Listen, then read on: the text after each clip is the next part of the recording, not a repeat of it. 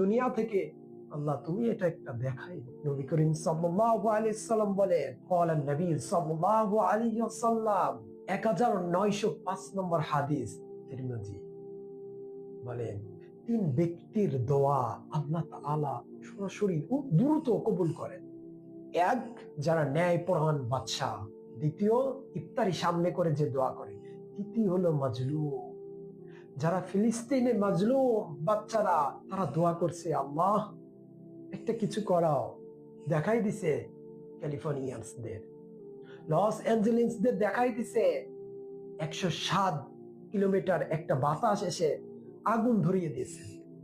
নিউজে বলে 107 কিলোমিটার এক ধমকা বাতাস আসছে, আসার পরে একটা পাথরের সাথে বা গাছের সাথে যুক্ত হওয়ার সাথে আগুন ধরে গেছে।